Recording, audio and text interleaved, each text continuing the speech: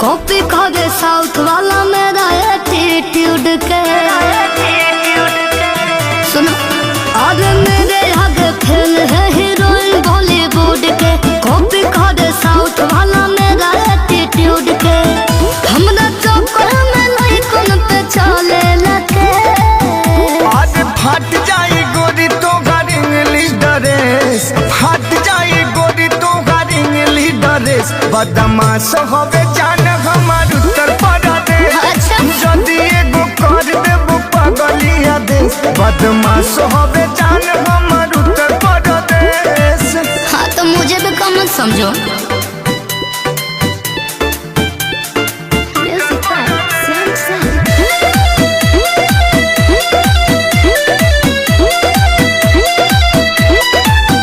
देखले हम बानी हो ए बाबू बहुते रिया सब हार मानल बाटे सुनो हमारा हवेरिया सुनो होइला काई पूरा हमार गोरिया बदमाशन के लागी बजार गोरिया। अच्छा बॉडी डेंजर होई खाली देखो न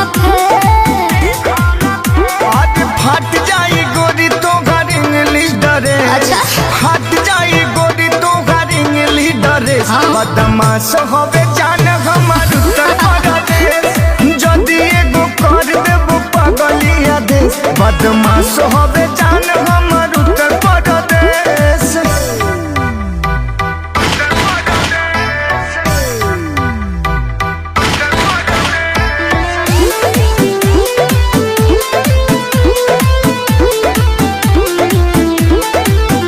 लुट जाइबो ए बाबू जदि मारब हम इ नचनिया ना किनाई तू देखाबो केतना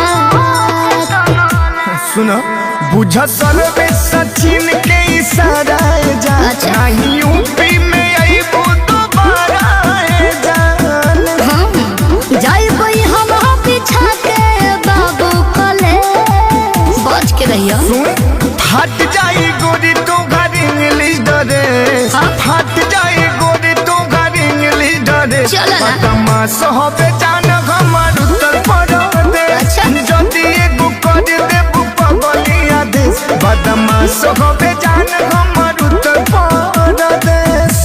अरे हमारी यूपी ब्रांड है।